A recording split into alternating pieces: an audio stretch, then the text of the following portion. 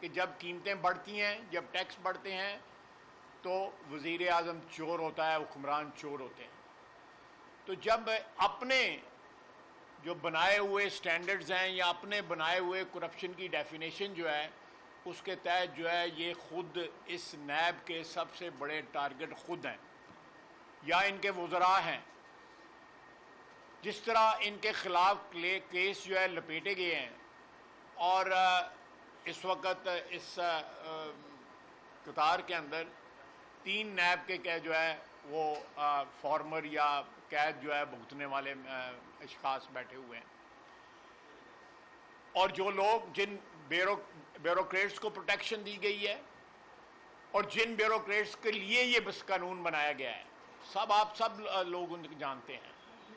اسی طرح جن وزراء کے لیے یعنی سینکڑوں ارب کے نہیں ہزاروں ارب کے سکینڈلز موجود ہیں. جس طرح شاہد صاحب نے کہا کہ چینی، گندم، دوائیں، LNG اور تیل، یہ سارے سکینڈلز جو ہیں ان کو کوئی نہیں پوچھ رہا، کوئی کاگنیزنس نہیں لے رہا ان سکینڈل کا، کوئی ان کی تفتیش نہیں کر رہا، اور کھلی چھٹی ہے حکمرانوں کو جس طرح مرضی پاکستان کی عوام کو لوٹیں.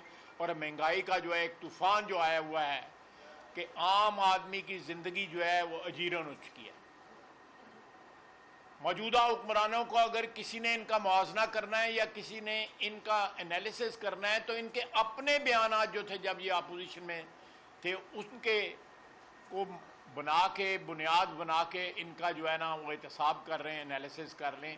یہ تمام اپنی بنائی ہوئی سٹینڈرڈز کے مطابق کرپٹ ترین حکمران ہے پاکستان کی تاریخ کے. اور اب یہ ایک آرڈیننس کے تحت جو ہے ایک کالا قانون جو آلریڈی موجود تھا اس کو مزید اس کے اوپر کالخ مل کے تو اس کے ذریعے جو ہے اپنے جو ہے وہ سارے کے سارے معاملات صاف کر رہے ہیں. اور ایک دفعہ پھر جو ہے اپوزیشن جو ہے جو لوگ ان کے خلاف بولتے ہیں ان کو ٹارگٹ کیا جائے گا، اور یہ ہم نہیں ہونے دیں گے. جس طرح شاہد صاحب نے کہا ہے کہ یہ مقافات عمل بھی ہوتی ہے. اس ملک میں بڑے مضبوط اور بڑی مضبوط کرسیوں والے حکمران آئے، یہاں پہ آمر رہے، ڈکٹیٹر رہے، لیکن ماضی کا قصہ پارینہ بن چکے ہوئے ہیں اور کوئی ان کو یاد بھی نہیں کرتا، کوئی ان کو جانتا بھی نہیں ہے. اور یہ آج جو ہے متقل عنان جو حکمران بنے ہوئے ہیں، کل وقت آئے گا ان کا گریبان پہ بھی پاکستان کے عوام کے ہاتھ پہنچیں گے. احتساب ہوگا، سچا احتساب ہوگا، ایمانداری کے ساتھ احتساب ہوگا. کسی کو ٹارگٹ نہیں کیا جائے گا، کسی کے ساتھ بے انصافی نہیں کی جائے گی. اور جس ملک میں جس زمین سے جس دھرتی سے انصاف اٹھ جائے وہاں پہ کچھ بھی باقی نہیں رہتا. بہت بہت شکریہ. بسم اللہ الرحمن الرحیم. میں صرف مختصر یہ کہوں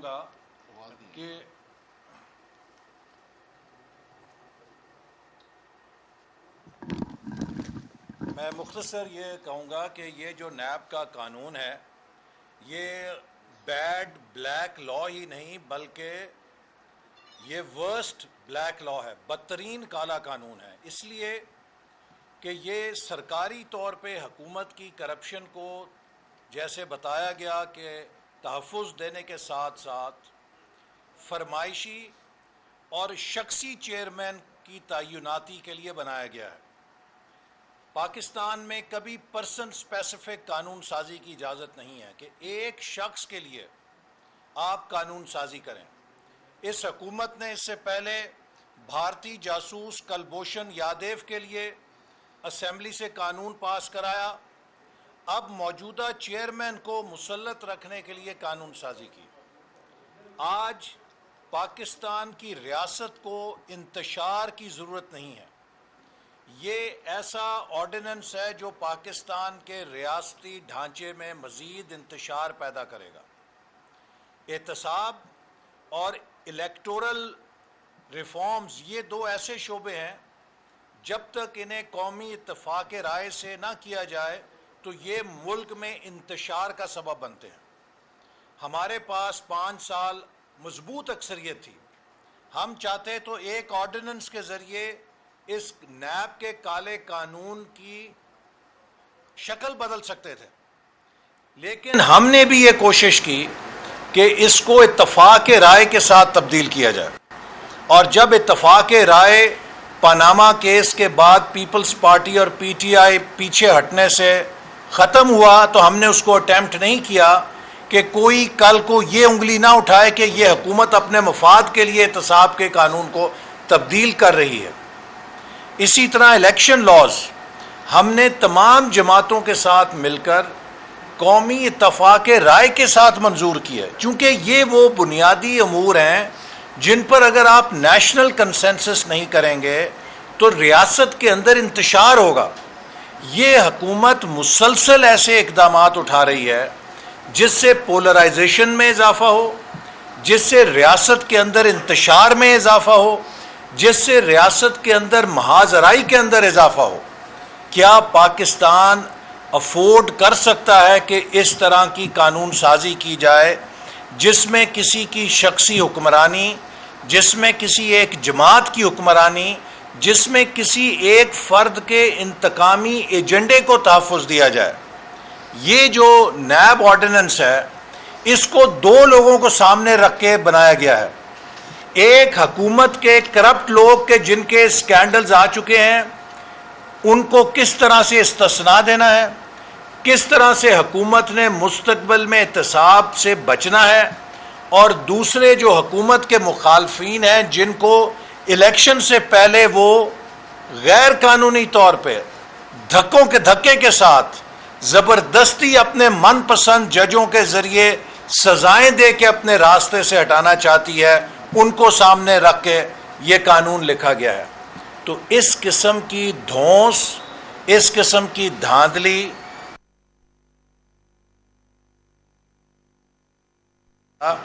کہ پاکستان کا عدالتی نظام اس بات کی اجازت دے گا کہ اس طرح کے کالے قوانین آرڈیننسز کے ذریعے جاری کیے جائیں، اور اس پہ جو ہمارے لیگل ایکسپرٹس ہیں وہ آپ کو آگاہ بھی کریں گے، اور جو کورس آف ایکشن ہے، مناسب کورس آف لیگل ایکشن ہے، وہ بھی اس پہ بتائیں گے کہ ہم کیسے اختیار کریں گے۔ میں جناب اعظم نذیر تارڑ صاحب سے کہوں گا کہ وہ اس کے بارے میں مزید روشنی ڈالیں۔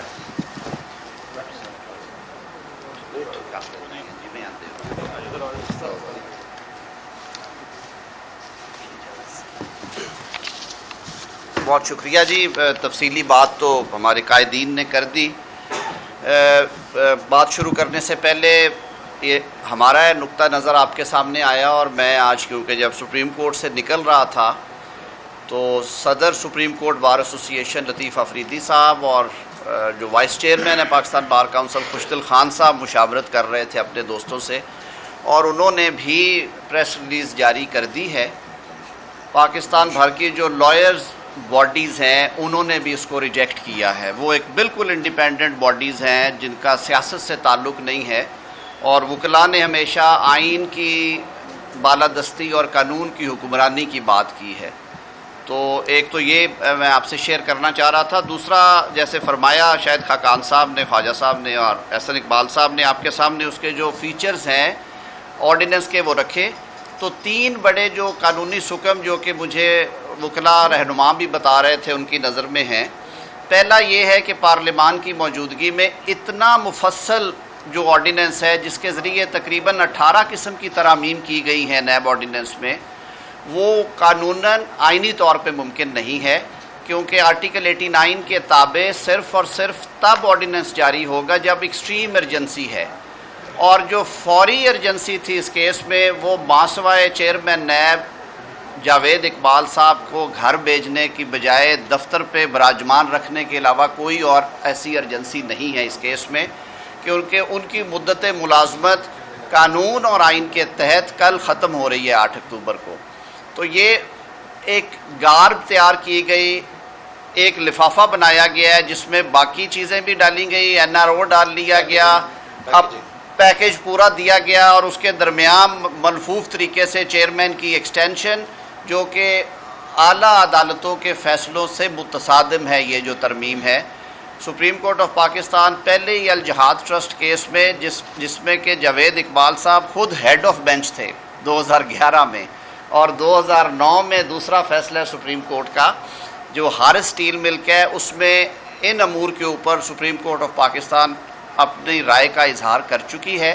اس طرح سے جو خالی عہدہ ہے اس کے نئی تعیناتی کرنے کی بجائے ایکسٹینشن یا سٹاپ گیپ نہیں کیا جا سکتا۔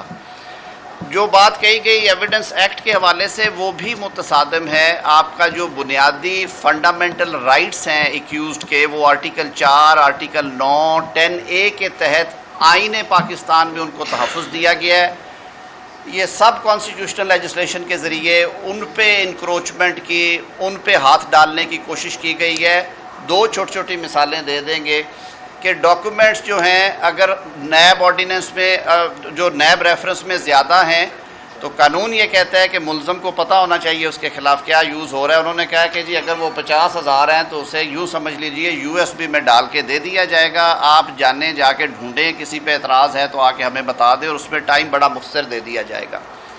اسی طرح جو ججز کی تعیناتی ہے اس کے حوالے سے already supreme court of Pakistan اور اعلیٰ عدالتیں فیصلہ دے چکی ہیں، کئی فیصلے ہیں۔ آرٹیکل 175 اور آرٹیکل 203 کی تشریح کی گئی ہے کہ جو سیپریشن کا کانسیپٹ ہے آئین کے تحت کہ عدلیہ الگ ہے، پارلیمان الگ ہے، ایگزیکٹو الگ ہے، اور یہ ایک دوسرے کے معاملات میں مداخلت نہیں کریں گے، یہ ایک ڈائریکٹ مداخلت کا دروازہ کھول دیا گیا ہے، جس میں صدر پاکستان وزیر اعظم کی ایڈوائس پہ ججز کے پینل بنا کے ریٹائرڈ لوگوں کے جیسے شاہد خاقان صاحب نے کہا، اور ان کو لوکریٹو پیکج دے کے 10-10 لاکھ کے قریب تنخواہیں ان کی مقرر کی جا رہی ہیں، وہ بھیجیں گے اور اپنی چوائس کے لوگ لگائیں گے، اور ان کی پوسٹنگ ٹرانسفر بھی اپنے پاس رکھ لی۔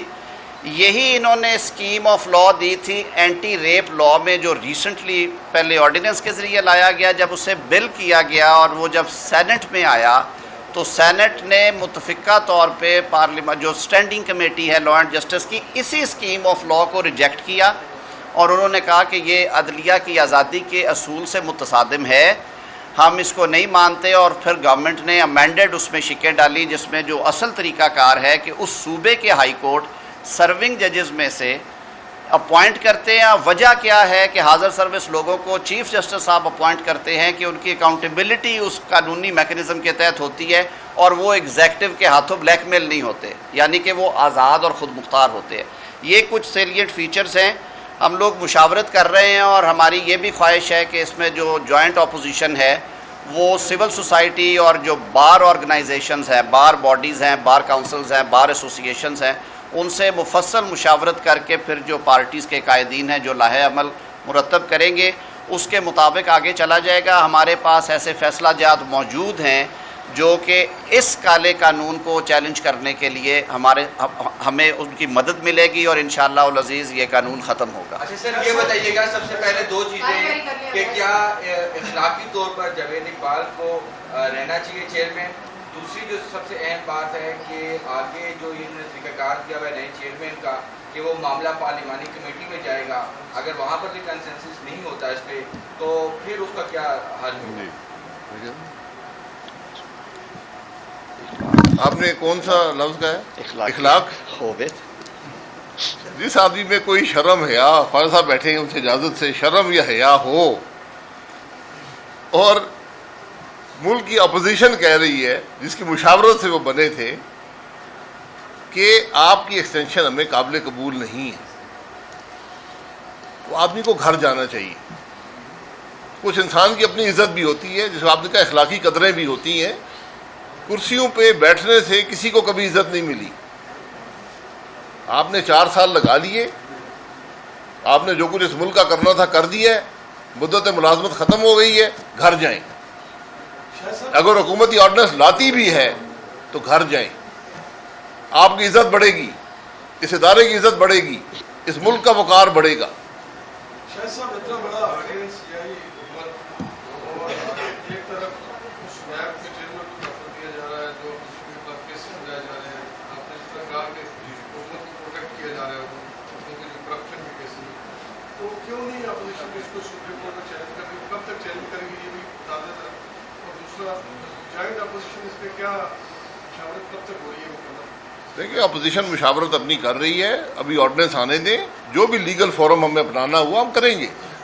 اس ایسے اندھے قانون کو جو حکومت کے لیے NRO ہے، اپنی کرپشن چھپانے کا ذریعہ ہے، عدلیہ پہ حملہ ہے، جو اس ملک کے نظام عدل پہ حملہ ہے، اس کا مقابلہ کرنا ہمارا ہم اپنا فرض سمجھتے ہیں۔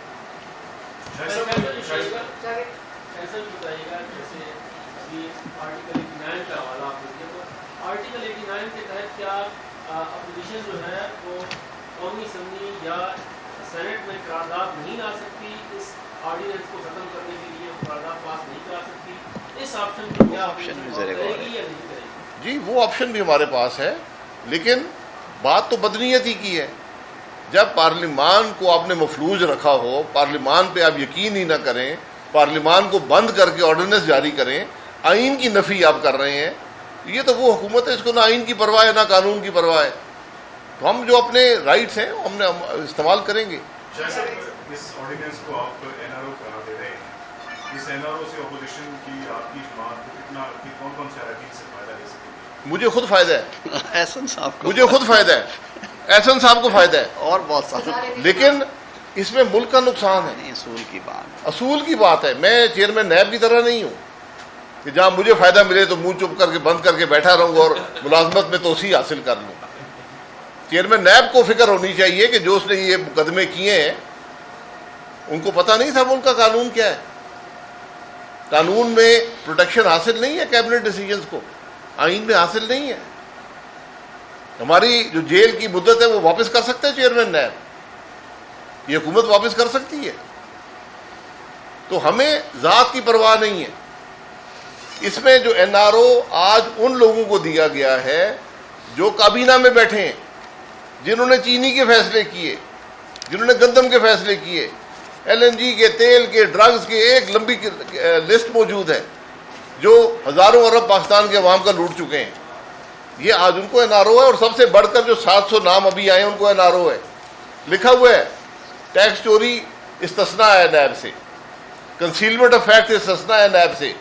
الفاظ تو آپ ذرا دیکھیں جو استعمال کیے گئے۔ کمپنیاں چھپانا بھی استثناء ہے۔ SCCP دیکھے۔ بہت شکریہ جناب۔ شاید صاحب یہ بتائیے کہ حکومت جو ہے وہ بس نہیں ہو رہی، اس کے کام پر دھول تک نہیں رہی، تو نومبر دسمبر آ رہا ہے تو اپوزیشن جو ہے وہ پوری احتجاج کی بڑھ رہی ہے، کیونکہ بڑے پیمانے پہ تبدیلیاں ہوئی ہیں ماضی میں بھی بڑی حکومتیں ٹس سے مس نہیں ہوتی تھیں، اقتصاد پارینہ بن گئی ہوئی ہیں۔ بھائی یہ جمہوری عمل ہے، جمہوری عمل کے اندر رہ کر ہر کوشش ہم کر رہے ہیں اور کرتے رہیں گے۔ PDM جو ہے وہ بھی اگلے الیکشن کی تیاری کر رہی ہے، اور آپ تیار ہیں کہ حکومت اپنی 5 سالہ مدت آرام سے؟ ہر سیاسی جماعت الیکشن کی تیاری کرتی ہے، اس حکومت کا ہر لمحہ بھاری ہے۔ اپوزیشن برداشت کر لے گی، کیا ملک برداشت کر لے گا؟ Thank you G.